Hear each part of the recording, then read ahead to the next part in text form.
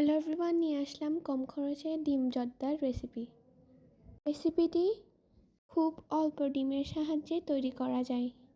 প্রথমে আমি 4টি ডিমকে ফাটিয়ে নিব।